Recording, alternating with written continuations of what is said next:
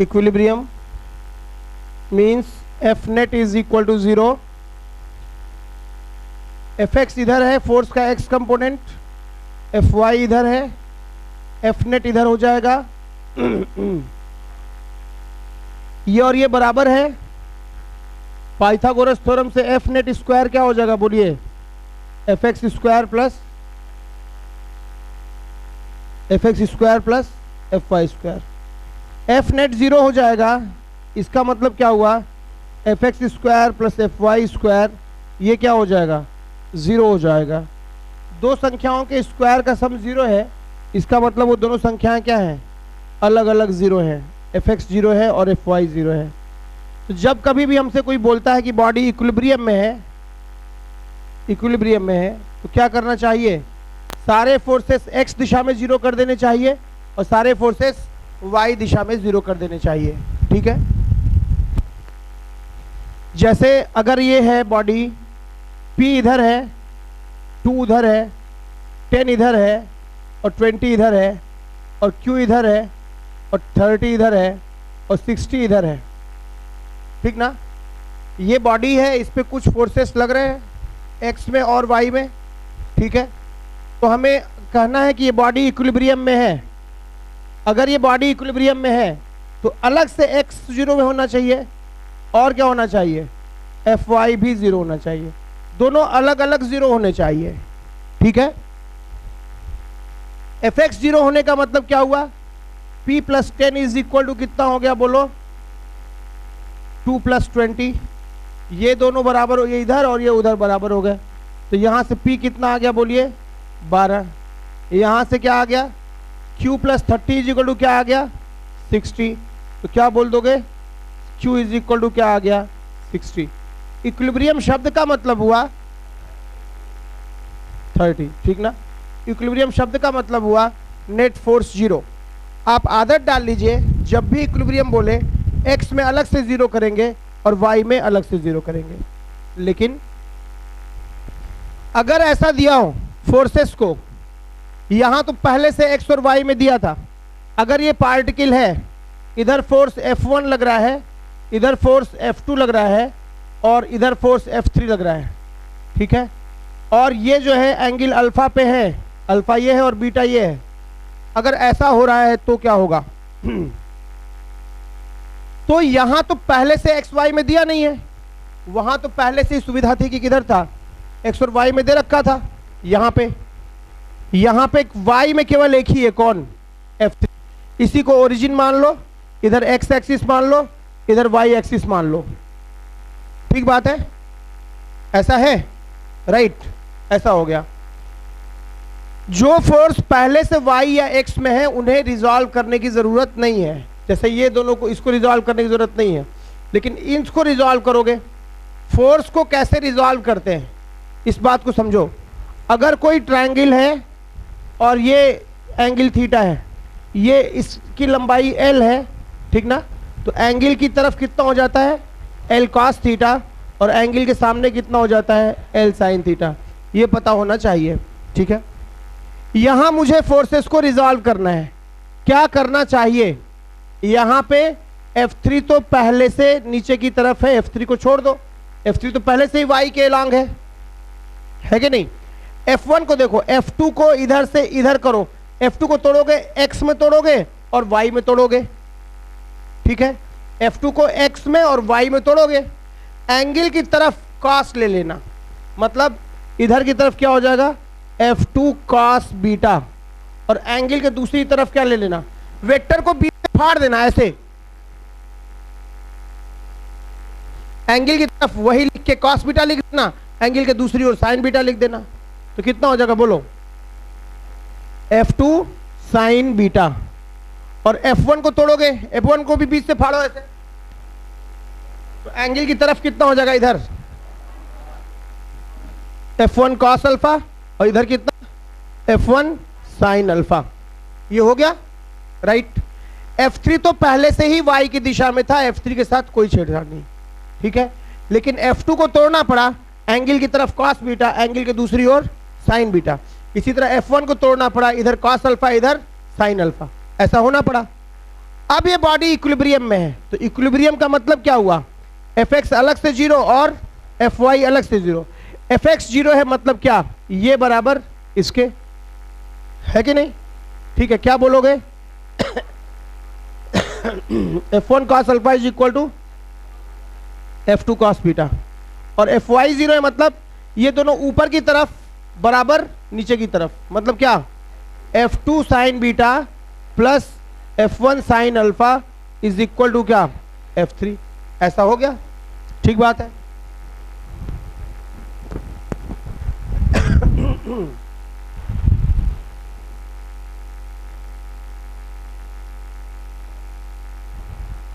अलग से x में 0 और y में 0। जैसे मैं कहता हूं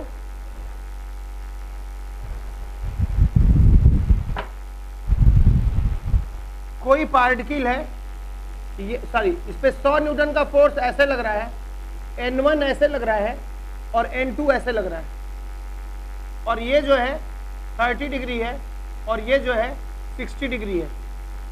बात समझ में आई? और ये पार्टिकल यहां पे है, ठीक है। इस पार्टिकल पे कितने फोर्स लग रहे हैं, कितने लग रहे हैं, 5, 3 लग रहे हैं, 5 कहां से लग रहे हैं? वेट वेट 100 और N1 इधर N2 इधर, कितने फोर्स लग रहे हैं? 5 कौन कर रहा था? अब क्या है कि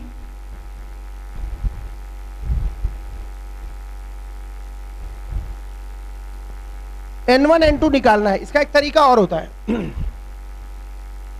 जब कभी भी 3 फोर्स लगे ना तो क्या करो, देखो, जब कभी भी 3 फोर्स लगे, F1 F2 और F3, कुछ ऐसा हो रहा हो, मतलब F3 कुछ ऐसा हो रहा हो, ये एंगल अल्फा है, ये बीटा है, ये गामा है, ठीक ना? तो क्या करना, ये अल्फा है और ये बीटा है और ये गामा है, क्या करना, F1 बाई बाकी दोनों के बीच का angle sine alpha is equal to F2 by बाकी दोनों के बीच का angle sine beta is equal to F3 by sine gamma.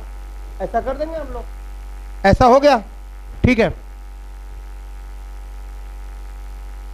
यहां ऐसा कर सकते हैं क्या, ये 90 डिग्री है ही, बोलो, ये भी 90 डिग्री है, तो क्या कर देंगे, बोलो, N1 बाई दोनों के बीच का एंगल, ये टोटल एंगल कितना, बोलो, sine 90 plus 60 is equal to N2 by इन दोनों के बीच का angle sine 90 plus 30 is equal to कितना, बोलो, 100 बाई इन दोनों के बीच का एंगल कितना, टोटल 180 डिग्री होता है, ये 60 है 30, तो ये कितना हो गया, 90 साइन 90 डिग्री।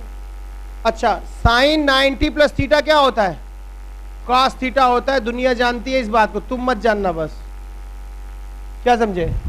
साइन 90 प्लस 60 की वैल्यू कितनी हो जाएगी, कॉस 60, तो N1 by cos 60 is equal to N2 by कितना, sine 90 plus 30 is cos 30 is equal to कितना, 100।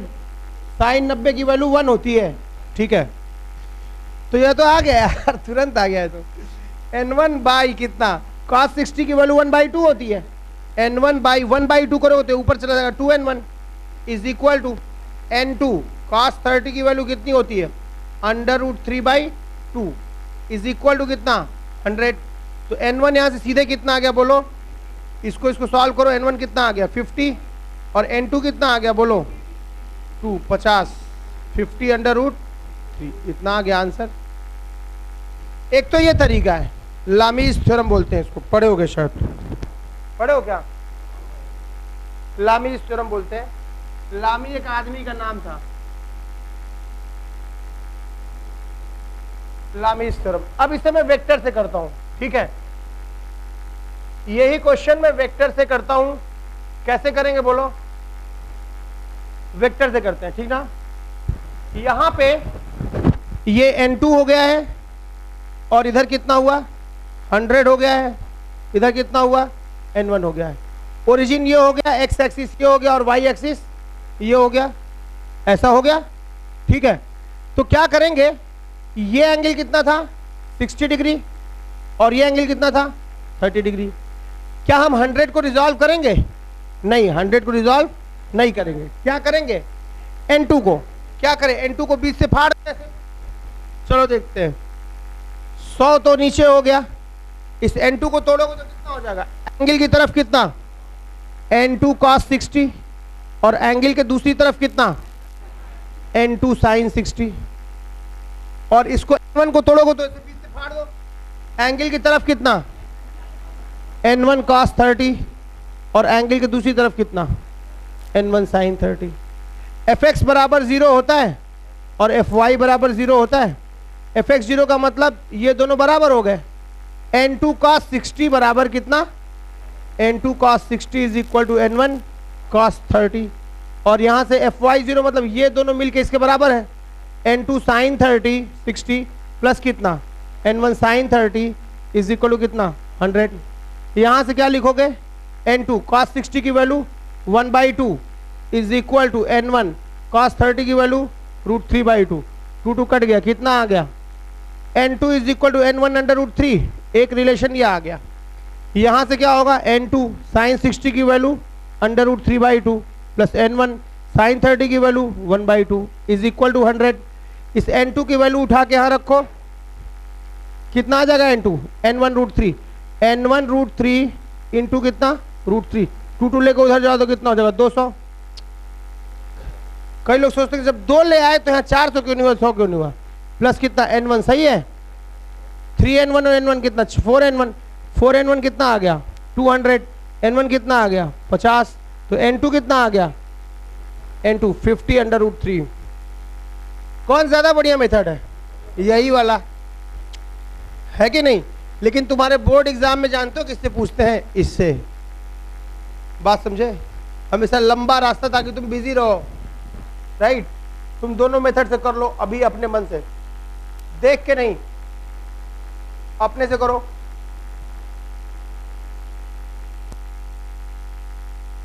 इसका वेट 100 है, किसी कोई चीज ऐसे N2 है और ऐसे N1 है। मान लो ये T2 है, ये T1 है। तुम्हें T1 और T2 निकालना है। ये 37 डिग्री है और ये 53 डिग्री है। ऐसा है, तुम्हें पता होना चाहिए साइन 37 डिग्री की वैल्यू वही होती है जो cos 53 की होती है और ये 0.8 होता है, और cos 37 डिग्री की वैल्यू वही होती है जो साइन 53 डिग्री की होती है और वो 0.6 होता है। और ठीक ना? और साइन 90 प्लस थीटा क्या होता है? cos थीटा, और cos 90 प्लस थीटा, बस इतनी जरूरत पड़ेगी, ठीक ना? अच्छा, ये क्या हो गया? क्या लिखोगे यहाँ पे बोलो? T1 बाई इन दोनों के बीच का एंगल कितना? साइन 90 प्लस कितना? 37 डिग्री। ऐसा हो गया is equal to T2 by इन दोनों के बीच का एंगल, T2 बाई ये एंगल कितना? Sine of 90 plus 53 is equal to 100 by कितना? ये 37 या 53 दोनों को जोड़ोगे 90 आ जाएगा, मतलब ये कितना आ गया? 90 डिग्री। तो बाई क्या आ गया? Sine 90 degree. ये क्या आ गया? T1 by cos 37 is equal to T2 by cos 53 is equal to कितना? 100। लेकिन cos 37 की वैल्यू 0.8 होती है और साइन cos 53 की वही होती है जो साइन 37 की होती है, और वो 0.6 होती है। इसको उधर भेजो तो T1 कितना आ गया? 80 और T2 कितना आ गया? बोलो 60। आंसर। बात समझ में आई? कठिन है क्या? तुमको पता नहीं कि तुम कर क्या रहे हो? रुके रहना।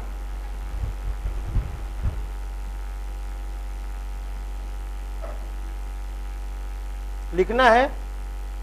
लिखना है क्या? क्या?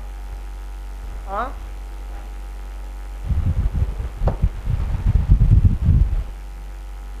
ये 0.6 और ये 0.8 ऐसा होता है। साइन 37 cos 53 0.6, cos 37 साइन 33 0.8, ठीक ना? ऐसा होता है। अगर ऐसा हो जाए एक बॉडी है, उसका वेट 100 है, वेट उसका mg है, और ये n1 है,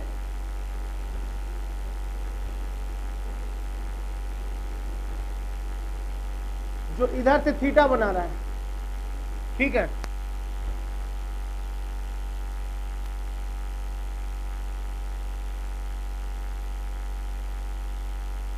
और n2 है जो 2 थीटा बना रहा है, राइट। कितने फोर्स लग रहे बॉडी पे? 3, mg, n1, n2। पूछा है n1 और n2 बताओ, क्या करना? साइन 2 थीटा की वैल्यू होती है 2 साइन थीटा कॉस थीटा, पता होगा, और कॉस 2 थीटा की वैल्यू होती है 2 cos square theta minus 1 is equal to cos square theta minus sine square theta is equal to 1 minus 2 sine square theta. पढ़े हो गए? खैर मुझे इसी से मतलब है, क्यों लिखने, ठीक है। चलिए देखिए ध्यान से, n1 इधर है, वर्टिकल से कितना बना रहा है? थीटा। 100 इधर है, सॉरी mg इधर है, ये n2 कितना बना रहा है बोलो? 2 थीटा, ठीक ना। तो क्या लिखोगे तुम, कैसे सर? n1 बाई दोनों के बीच का एंगल कितना? n1 बाई कितना? दोनों के बीच का एंगल कितना?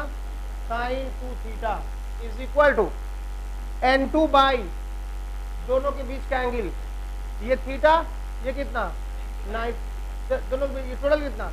टोटल 180, ये कितना?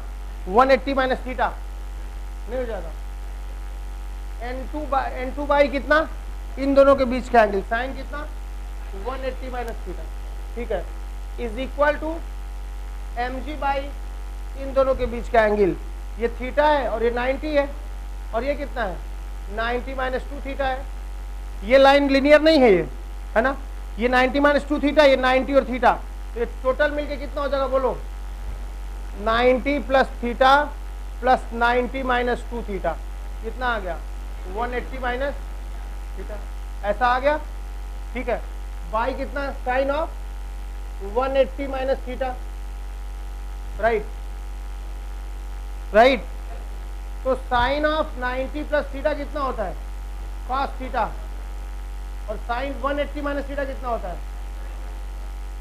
साइन थीटा, ये पता होना चाहिए। तो क्या करोगे यहाँ पे, ये दोनों कितना आ गया? n1 by sine 2 theta is equal to n2 by sine theta is equal to mg by sine theta, ऐसा हो गया, ठीक बात है।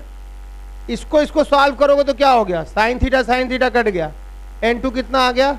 mg, और इसको सॉल्व करोगे इसके साथ तो क्या हो जाएगा? n1 बाई कितना? 2 साइन थीटा कॉस थीटा लिखोगे नीचे, इज इक्वल टू कितना? mg by sine theta, sine theta cut गया, n1 कितना आ गया? 2 mg कॉस थीटा। बात समझ में आई? ठीक है, लिख लो दोनों।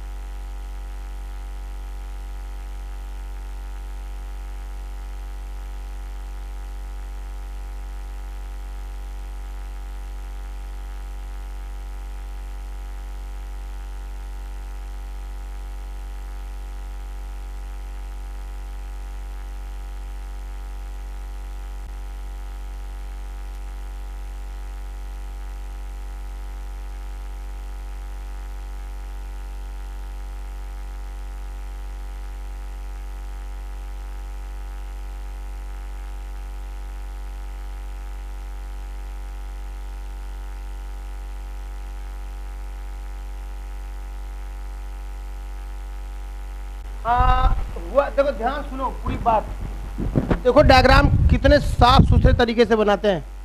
यद्यपि मैं कला का बहुत खराब विद्यार्थी रहा हूँ, मेरी आर्ट बहुत चौपट है, ठीक है, लेकिन फिर भी कोशिश मैं करता हूँ, साफ सुथरा ही नहीं सही भी, पता चला सब गलत सलत बना, साफ सुथरा है। लेकिन यहाँ पे एक इंक्लाइंड प्लेन है, यहाँ पे भी एक इंक्लाइंड प्लेन है, ठीक बात है। ये जो है ये ग्राउंड है, ये ग्राउंड है, और यहां पे ये 30 डिग्री है और ये 60 डिग्री है। ठीक बात है। यहां पे एक स्फीयर रखा हुआ है, एक स्फीयर रखा हुआ है ऐसे। ध्यान से तुम मेरी बात सुनना, अगर दो लाइंस आपस में थीटा एंगल पे हैं तो दोनों लाइन पे जो नॉर्मल होंगे वो भी कितने एंगल पे होंगे? थीटा पे होंगे, क्योंकि दोनों पे नॉर्मल हो गया ना। बहुत ध्यान से बात समझो, अगर कोई लाइन ये है, दूसरी लाइन ये है, इन दोनों लाइन के बीच का एंगल थीटा है, दोनों पे नॉर्मल खींचो। इस पे नॉर्मल कैसा होगा? ऐसा है नॉर्मल। ये लाइन 1 है और ये नॉर्मल 1 है, नॉर्मल 1। ये लाइन 2 है, यहां इस पे नॉर्मल ड्रॉ कर दो, ये नॉर्मल 2 है। तो दोनों लाइंस के बीच में एंगल कितना है? थीटा का। तो दोनों नॉर्मल्स के बीच में भी एंगल कितना होगा? थीटा का। क्योंकि लाइंस ऐसे है ना, दोनों को 90-90 डिग्री घुमा दो तो दोनों घूम गया ना, तो एंगल कितना होगा? थीटा का होगा। दो लाइंस के बीच में एंगल थीटा है, तो दोनों लाइंस का, लाइन L1 का नॉर्मल N1 हो गया, लाइन L2 का नॉर्मल N2 हो गया, उनके बीच का एंगल भी थीटा होगा।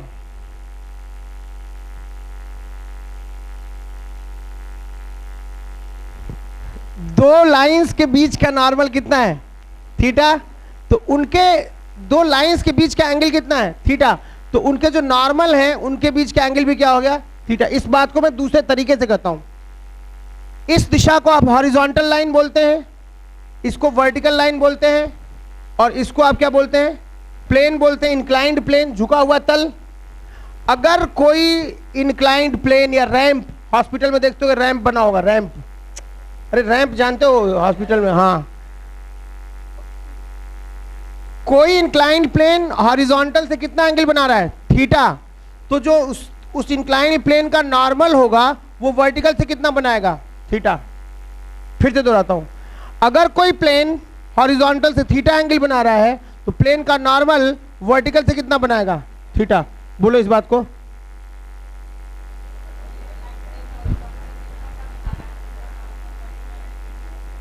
क्या बोलोगे?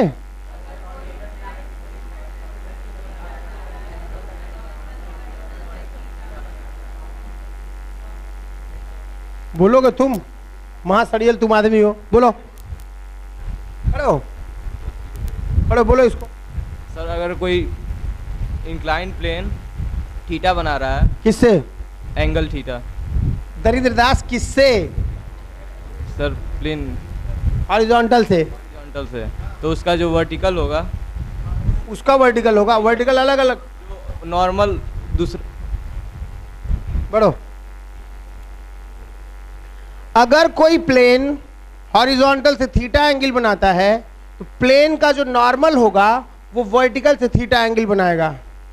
क्या एक साथ में हम 10 बार बोल सकते हैं? बोलो एक बार और बोलते हैं, खून चूस लो बेटा एकदम। कोई प्लेन हॉरिजॉन्टल से थीटा एंगल बना रहा है तो प्लेन का जो नॉर्मल है वो वर्टिकल से थीटा एंगल बनाएगा। बोलो खड़ो। कोई प्लेन एंगल से, कोई हॉरिजॉन्टल प्लेन प्लेन, कोई इंक्लाइंड प्लेन, ये कौन सा प्लेन है? इंक्लाइंड यानी झुका हुआ। कोई ये अब समझ में आ जाएगा तुमको, अब बोल लोगे।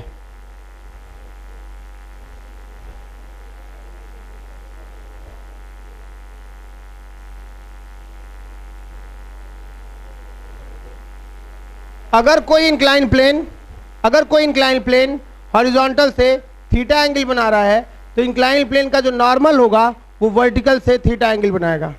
बात समझे? अब बोलो। रुको। अगर कोई इंक्लाइंड प्लेन हॉरिजॉन्टल से थीटा एंगल बना रहा है तो इंक्लाइंड प्लेन में जो नॉर्मल इंक्लाइन प्लेन का जो नॉर्मल होगा उसका वर्टिकल एंगल थीटा होगा। उसका वर्टिकल से एंगल थीटा होगा। वर्टिकल से थीटा एंगल थीटा होगा। वर्टिकल से एंगल थीटा होगा। हाँ वर्टिकल से एंगल थीटा क्या होगा, एंगल ही थीटा होगा, वर्टिकल से एंगल थीटा होगा। ठीक है, इतनी बात समझ में आ गई? क्या बोले अब बिना डायग्राम के बोलो।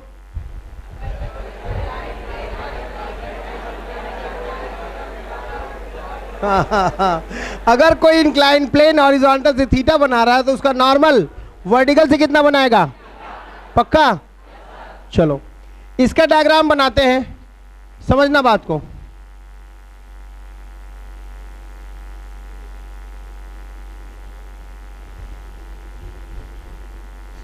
इसका डायग्राम कैसे बनेगा देखो, बॉल को अलग कर लेना और प्लेन को अलग करना बिल्कुल, और इस इंक्लाइन प्लेन को बिल्कुल अलग करना, ऐसे हो गया।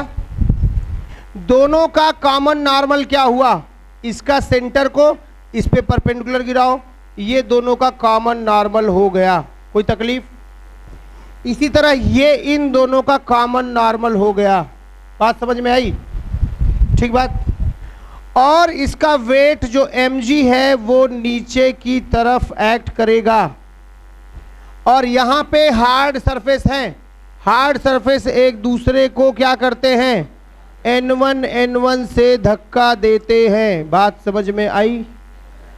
यहाँ भी दोनों ये कॉमन नॉर्मल है, इस दिशा का नाम है कॉमन नॉर्मल। क्यों इसको बोलते हैं, ये दोनों पे नॉर्मल है, ये इस पे भी नॉर्मल है 90 डिग्री और इसके सेंटर से भी पास कर रहा है, इसलिए भी नॉर्मल है, ठीक ना? यहां भी ये दोनों एक दूसरे को n2 n2 से धक्का देंगे, श्योर? बोलो। अब बताओ, इस बॉल को देखो ध्यान से, बॉल पे कितने फोर्स लग रहे हैं, mg n1 n2, 3 फोर्स लग रहे हैं, ठीक बात है। ये प्लेन, अगर कोई प्लेन हॉरिजॉन्टल से 60 डिग्री बना रहा है तो प्लेन का नॉर्मल वर्टिकल से कितना बनाएगा, 60 डिग्री बनाएगा, कोई तकलीफ? अगर कोई प्लेन हॉरिजॉन्टल से 30 डिग्री बना रहा है तो जो प्लेन का नॉर्मल है n2 वो वर्टिकल से कितना बनाएगा, 30 डिग्री बनाएगा, श्योर? ठीक है। अब इसका एफबीडी ड्रॉ करोगे कैसे, क्या करना, इसको अब ध्यान से देखो, तुम देखो इसका वेट कितना हो गया, mg नीचे, तो वेट तो mg नीचे हो ही गया, हो गया। इसकी पूंछ हो गई सेंटर पे, ओरिजिन पे, इस mg को उठा के हमने ऐसा रखा कि इसकी पूंछ ओरिजिन पे पड़ गई। इस n1 को उठा के हमने यहाँ ऐसा रखा, ऐसे है ना n1, इसको उठा के ऐसा रखा कि इसकी भी पूंछ ओरिजिन पे पड़ जाए, तो ये n1 ऐसा हो गया।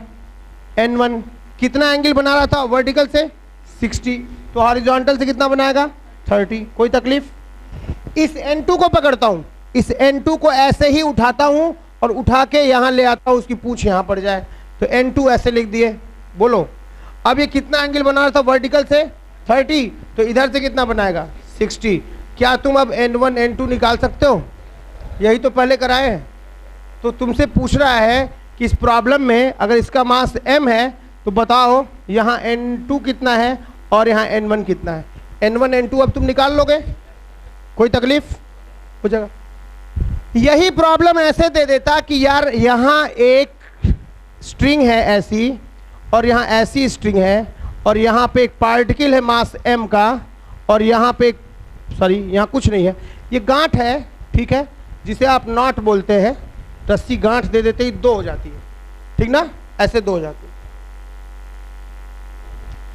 और ये जो है ना, ये एंगल 60 डिग्री है और ये एंगल 30 डिग्री है और यहाँ पे ब्लॉक m मास का है। ये सिस्टम ऐसे ही पड़ा हुआ है, ठीक है। आप जरा इस गांठ का, इस नॉट का डायग्राम बनाइए। क्या करिएगा, उस वो तो मासलेस है खुद, इसमें टेंशन अगर T1 है, T2 है, इसमें T1 है, इसमें T3 है, तो क्या करिएगा, इसका डायग्राम कैसे बनाएगा? इस गांठ के 3 कांटेक्ट है, एक इस रस्सी से, एक इस रस्सी से और एक रस्सी से।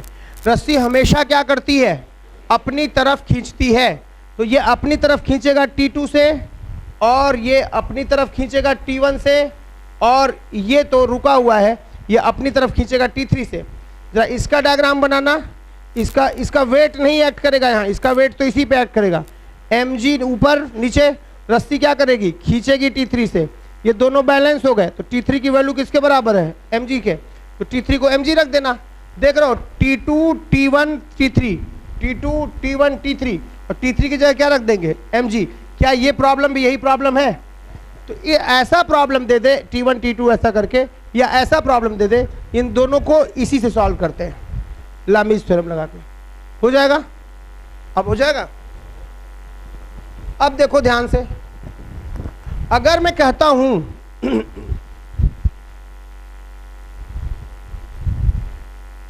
काम बहुत ज्यादा है, लिखना था क्या इसको? तुम्हारी शीट में लिखा हुआ है, ठीक ना? कोई ऐसा है कि यहां पे एक प्लेन है, ऐसा ऐसा ऐसा, इसके बीच में एक बॉल फंसा दी गई। अब क्या होगा? इसका वेट mg नीचे की तरफ होगा हमेशा, बोलो। ये भी थीटा है और ये भी थीटा है, ऐसा दिया गया है। इन दोनों का कॉमन नॉर्मल दोस्त ऐसा होगा, बोलो। इन दोनों का कॉमन नॉर्मल कुछ टिल्टेड ऐसा होगा क्या? ये दोनों एक ही लाइन में है क्या? नहीं, इसका कॉमन नॉर्मल ऐसा होगा, इसका कॉमन नॉर्मल ऐसा होगा। ठीक बात? श्योर? ये दोनों एक दूसरे को धक्का दे रहे होंगे, ये n1 से और ये n2 से। तो यहां, खैर हमको तो बॉल से मतलब है, तो यहां वाली दीवार इसको क्या कर रही होगी, n1 से धक्का दे रही होगी। ठीक बात? और यहां वाली दीवार इसको क्या कर रही होगी, n2 से धक्का दे रही होगी। श्योर? ये प्लेन हॉरिजॉन्टल से थीटा बना रहा है, तो इस प्लेन का नॉर्मल वर्टिकल से कितना बनाएगा, थीटा। श्योर? और ये प्लेन हॉरिजॉन्टल से कितना बना रहा है, 2 थीटा। तो इस प्लेन का जो नॉर्मल है, ये नॉर्मल, वो वर्टिकल से कितना बना रहा होगा, 2 थीटा। कोई तकलीफ? ठीक है, हो गया, डायग्राम बन गया। अब जरा ओरिजिन बनाइए, mg नीचे की तरफ करिए और n1 को उठा के ऐसा शिफ्ट करिए कि इसकी पूंछ ओरिजिन पे पड़ जाए, ऐसा कुछ लाइक दिस। n1 कितना बना रहा है इससे, थीटा, और n2 को ऐसा करिए कि ये यहाँ पड़ जाए, तो n2 ऐसा हो जाएगा। ये कितना बना रहा है वर्टिकल से, 2 थीटा। क्या तुम निकाल लोगे इसको? अभी किए हो कि नहीं, थोड़ी देर पहले? हो जाएगा। पूछेगा रिएक्शन, तो मुझे लगता है कि कर लेंगे हम लोग। नहीं, अभी नहीं सॉल्व कराए थे इसको, हो जाएगा।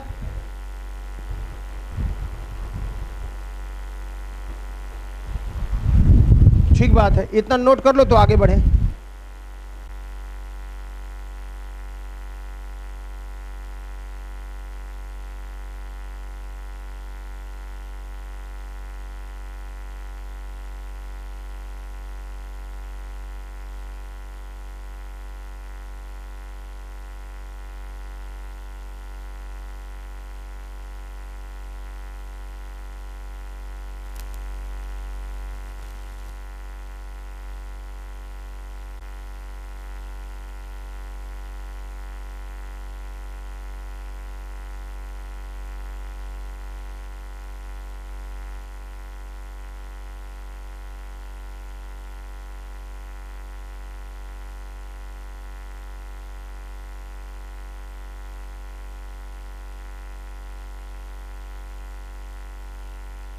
दो चीज आना चाहिए। पहले तो बहुत अच्छे से फोर्स डायग्राम ड्रॉ करने आना चाहिए, साफ सुथरा रिएक्शन दिखाइए, बढ़िया से रिएक्शन एकदम। ये जानिए कोई प्लेन अगर हॉरिजॉन्टल से थीटा बना रहा है तो उसका नॉर्मल वर्टिकल से कितना बनाएगा, थीटा बनाएगा। ये डायग्राम बात ख्याल में रखिए।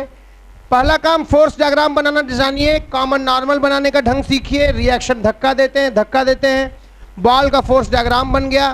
फिर सबको इस तरह कार्टेशियन में रखना सीखिए, इसको उठा करके वहां रखना सीखिए, और फिर आपको सॉल्व करने ढंग आना चाहिए। लामीज थ्योरम लगा दीजिए। इन प्रॉब्लम्स के लिए वेक्टर की जरूरत उतनी नहीं है, बल्कि किसकी जरूरत है, लामीज थ्योरम की जरूरत है। लेकिन आपको फोर्स डायग्राम बना के रिएक्शन, ये एंगल दिखा करके इसको यहाँ से शिफ्टिंग जरूरी है। ठीक बात है। सोल्यूशन इनका हम सिखा चुके हैं आपको कैसे होगा। ठीक है, चलिए यहाँ पे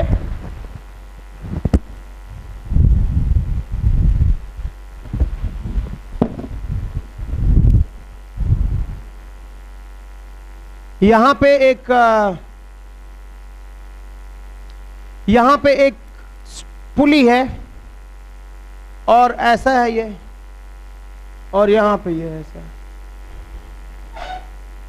यहां पे ये पुली है और ऐसी है ये, यहां भी एक पुली है। यहां मास कैपिटल एम है, यहां मास कैपिटल एम है, और ये गांठ है, यहां पे मास स्मॉल एम है, ऐसे बंधा हुआ है। आप बताइए कौन बड़ा है, देखना पड़ेगा, देखते हैं, ठीक है। ये एंगल कुछ थीटा है, ये भी एंगल कुछ थीटा है। System is in equilibrium, system is in equilibrium, ठीक है। पता करना है क्या है, ये भी रुका हुआ है, ये भी रुका हुआ है, ये भी रुका हुआ है। इसमें टेंशन T1 मान लेता हूं तो ये रस्सी सेम हो गई यहां से यहां तक, इसमें भी T1 हो गया। इसमें T2 मान लेता हूं तो ये भी रस्सी सेम है, यहां से यहां तक T2 मान लिए।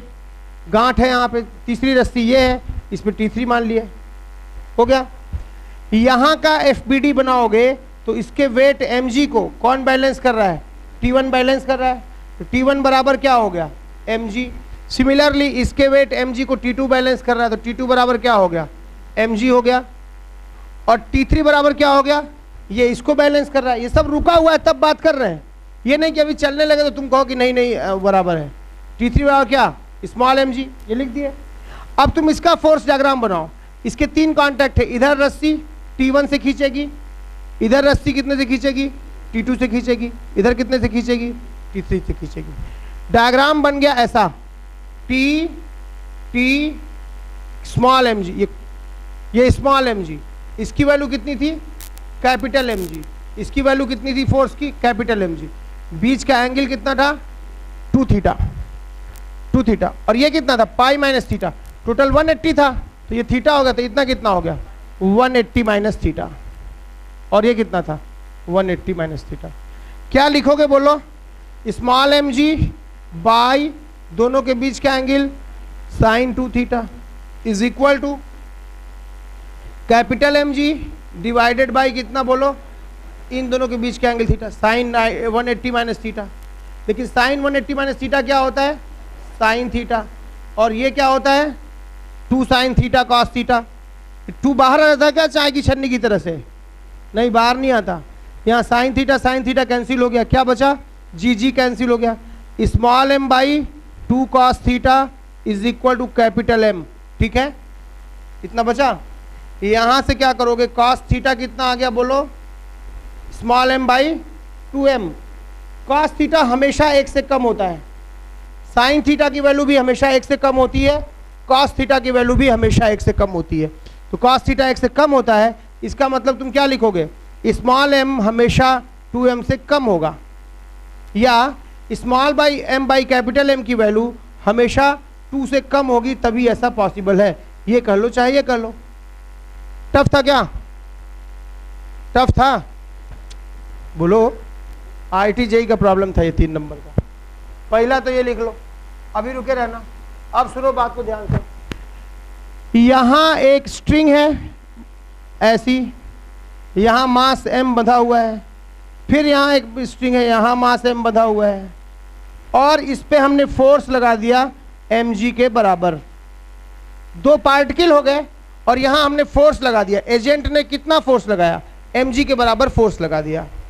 और इसमें टेंशन T1 है, इसमें टेंशन T2 है, ये एंगल अल्फा है और ये एंगल बीटा है, ठीक बात है।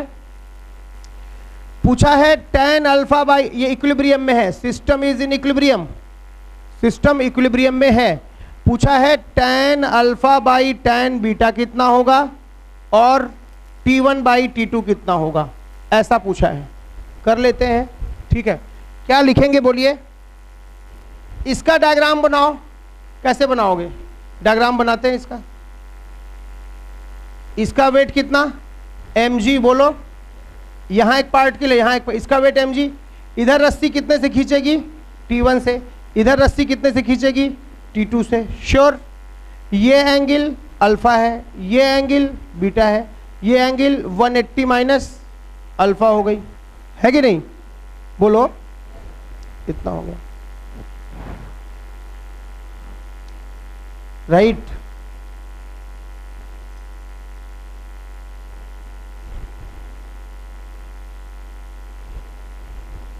ठीक है, यहाँ क्या करोगे बोलो, m2 है तो इसका वेट mg नीचे है और एजेंट यहाँ लग रहा है f से, f की वैल्यू कितनी है, mg के बराबर। T2 इधर लग रहा है, T2 कितना एंगल बना रहा है वर्टिकल से, बीटा बना रहा है, नहीं समझे, ये बीटा इधर से बना रहा है, ठीक बात है। यहाँ क्या लिखोगे, T1 बाई कितना, T1 बाई इन दोनों के बीच का angle sine beta is equal to कितना, T2 बाई कितना साइन, T2 बाई इन दोनों के बीच का एंगल साइन कितना 180 minus alpha is equal to mg by कुछ आएगा क्या, mg बाई कितना, mg बाई इन दोनों के बीच का एंगल वो तो पता नहीं है, कैसे पता चलेगा, ये इधर बीटा है और ये इधर अल्फा है, तो ये 180 माइनस बीटा हो गया, वो लंबा होगा, उसको छोड़ दो, इसको छोड़ दो, हम इन्हीं दो से काम चला लेंगे, ठीक ना, इन्हीं दो से काम चला लेंगे, ये कुछ होगा ना अल्फा प्लस बीटा वगैरह आने लगेगा, ठीक है। यहाँ ये एंगल 90 डिग्री है, बोलो यहाँ क्या लिखोगे तुम, बोलो f बाई कितना, इन दोनों के f बाई इन दोनों के बीच का एंगल कितना sine 180 minus beta is equal to कितना, बोलो f बाई कितना, T2 बाई कितना, T2 बाई इन दोनों के बीच का angle sine 90 is equal to mg by इन दोनों के बीच का एंगल कितना, बोलो साइन 90 प्लस बीटा, इतना हो गया, बोलो f बाई क्या लिखोगे, sine beta is equal to T2 is equal to mg by cos beta, ऐसा आ गया, बोलो। लेकिन f की वैल्यू कितनी थी, mg के बराबर थी, दिया है तो mg रखोगे यहाँ पे, तो mg बाई कितना sine beta is equal to T2 is equal to mg by cos beta, इसको सॉल्व करोगे तो mg कैंसिल होगा, tan बीटा कितना आ गया 1 आ गया, नहीं समझे, tan बीटा 1 आ गया ना, इसका मतलब T2 कितना आ गया, बोलो tan बीटा 1 आ गया तो बीटा कितना आ गया 45 डिग्री। अब यहाँ ध्यान से देखो तो T2 कितना आ गया, बोलो T2 is equal to mg by कितना cos बीटा 1/√2 होता है, cos 45 कितना आ गया T2 √2 mg आ गया, तो कई चीज़ें मिल गई यहाँ से। tan बीटा कितना आ गया हमारा, बोलो 1 आ गया, T2 कितना आ गया √2 mg आ गया, है ना, और कुछ।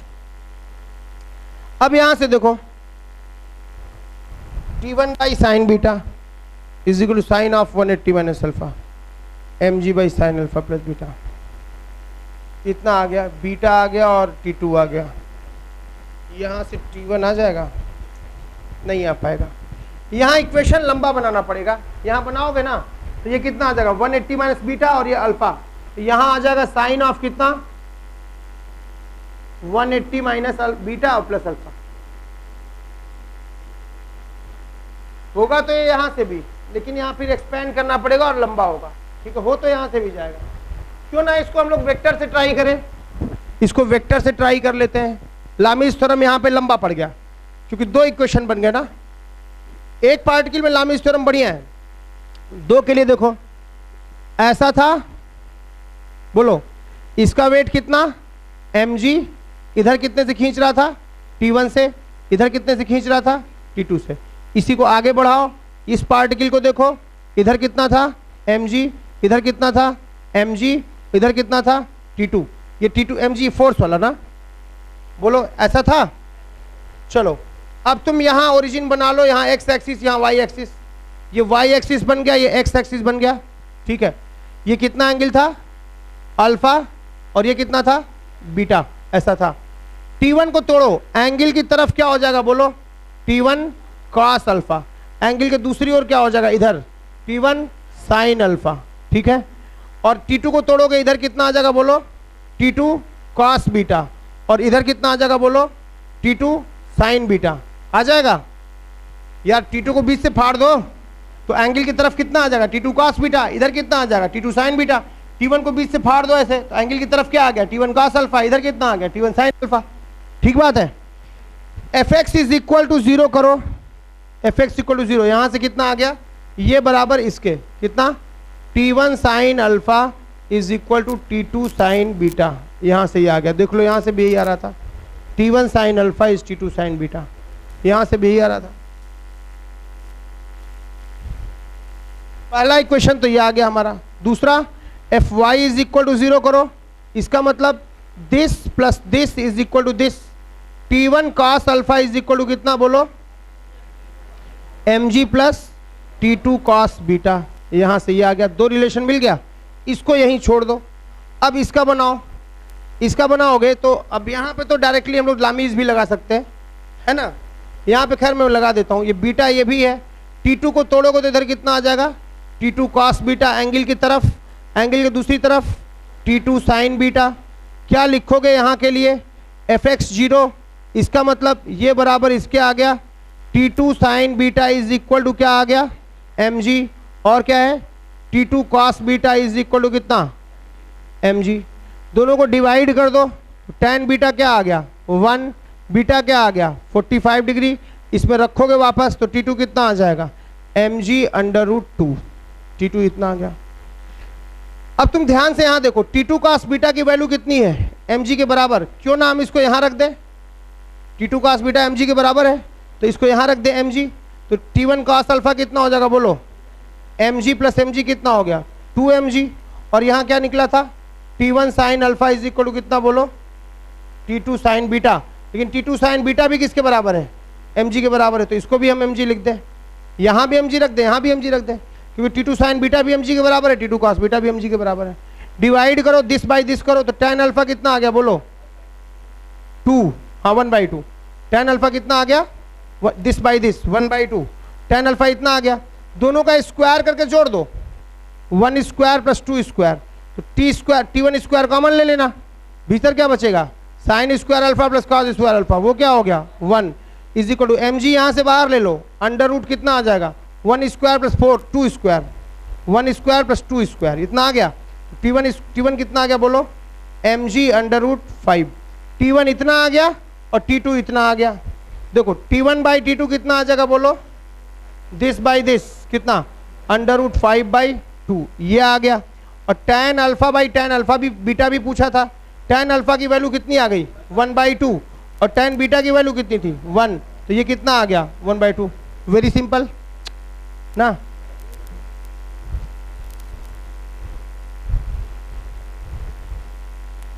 कर लीजिए कॉपी करिए आराम से। 3 बड़े प्रॉब्लम और हैं, मुझे याद दिलाना अगले बार, ऐसा ऐसा ऐसा ऐसा ऐसा,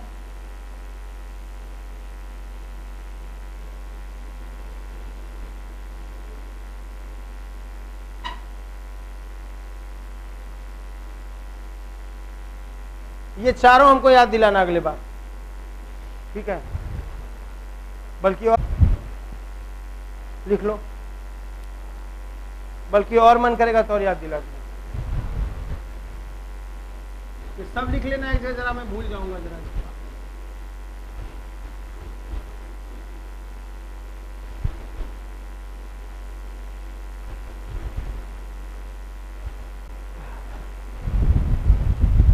चलिए फिर मिलते हैं अगले बार, ठीक है, होमवर्क लिख लीजिए। जिसके पास पुरानी शीट है, वर्कशीट नंबर 23, पेज नंबर, नए वाले जिसके पास वर्कशीट है उनके पास इसका आंसर है, और नहीं तो मास्टर कॉपी वहां पे है, उससे आप आंसर ले लेंगे, ठीक है। क्वेश्चन करोगे तो आएगा, और नहीं करोगे खाली आके अड्डा जमाओगे, बहुत तकलीफ पड़ जाएगी, समझे होगे। एक टेस्ट लेना